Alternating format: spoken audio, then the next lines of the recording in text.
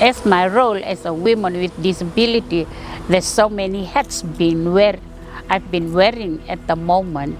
I am the president of the Women with Disability in Rewa, the president of the Fiji coconut byproduct, and also I am the vice president of the Fiji Mushroom Association.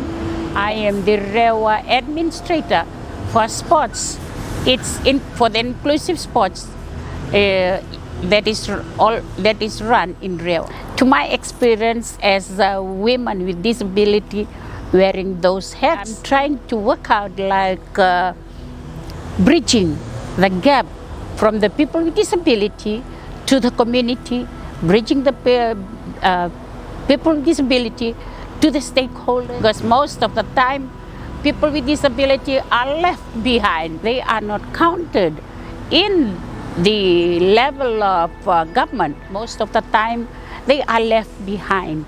And that is where I stand to empower, to raise the awareness of people with disability at the community level. I've had a family member with a disability, so at a very young age, that was like my first contact with someone with disability, but I didn't really maybe look at the really importance of having them been included in a lot of things. Yeah?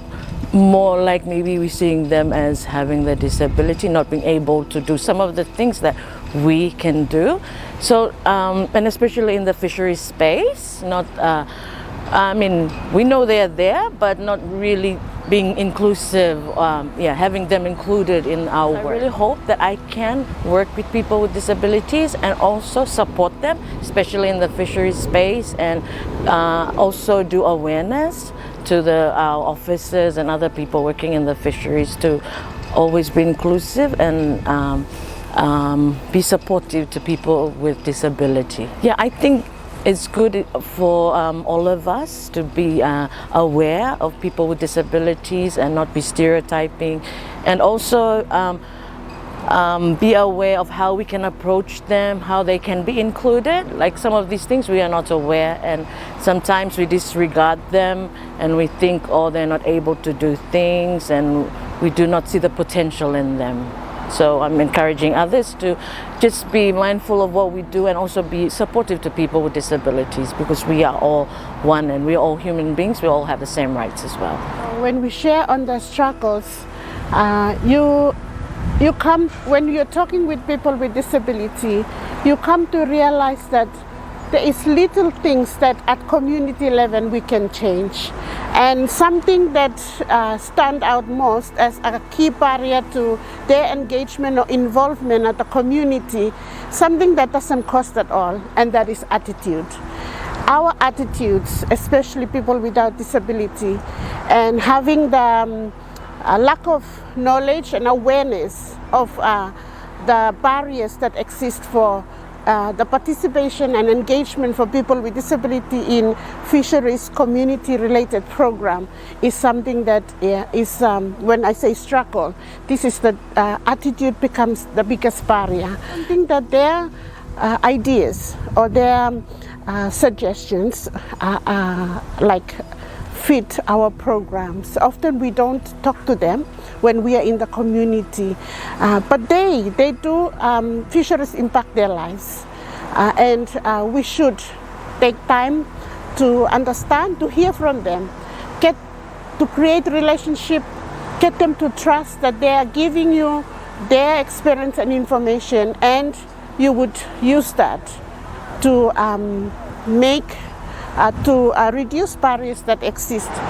When we engage with the fisheries department back home, it was an eye-opener for our fisheries colleagues, because we mobilize people with disability to share the experience, and a lot of our colleagues back home, they say that it's new knowledge for them, and it is a good initiative. It's a good sign that they are aware that people with disability have to be included in the fisheries initiatives in our communities. We have to have specific approach within our fisheries sector? I'm very thankful to the Secretariat of the Pacific Community, in enabling, my participation and a few others to the pre-session of the HOF meeting.